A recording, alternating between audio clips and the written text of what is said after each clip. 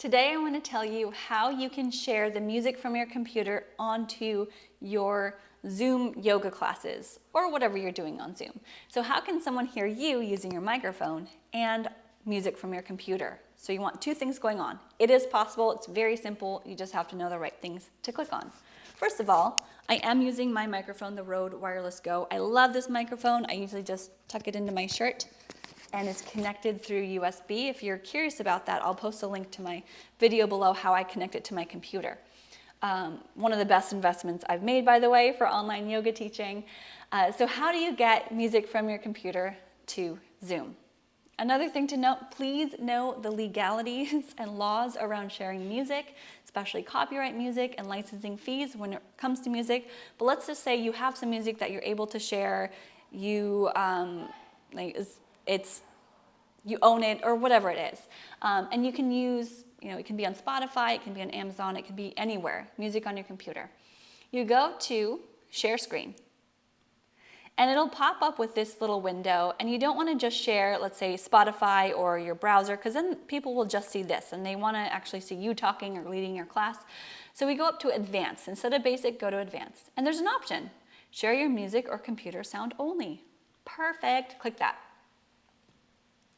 And now it should be sharing me talking and also the sound on my computer. If I go over to Spotify and hit play,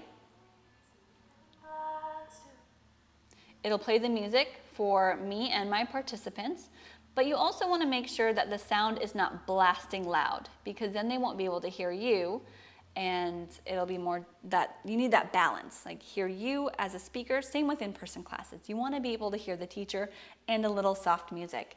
So the music will be coming from their computer and your computer, and they'll be able to hear you too. Just make sure that the volume is set to an appropriate level. And that's that. That's how you share music from your computer to your Zoom classes very easily. So I'm going to stop the share. That would stop the music share, or I could simply push pause.